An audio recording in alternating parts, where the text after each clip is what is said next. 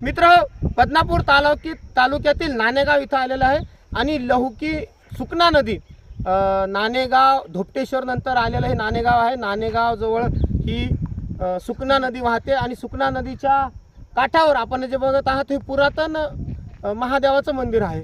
हे मंदिर खरं तर पुरातन आहे, हे दगडामध्ये मंदिर होतं, पण काही वर्ष अगोदर हे मंदिर पाडलं, दगडाचं मंदिर पाडलं आणि हे नवीन वास्तू तयार केलेली आहे। मित्रांनो मी तुम्हाला सांगू इच्छितो की जुने जे मंदिर असते ना, तर त्याला न पाडता जर तुम्हाला रिपेअरिंग करता आली किंवा वेगळा सभागृह वेगळा सभा मंडप जर बांधता आला तर आपण तो बांधू शकता।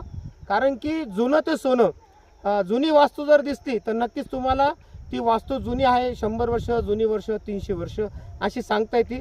आणि सांगण्यापेक्षा जेव्हा वास्तू दिसते तर वास्तूच ही बोलून जाते की मी किती वर्ष जुनी आहे। जसं आता हे मंदिर बघत आपण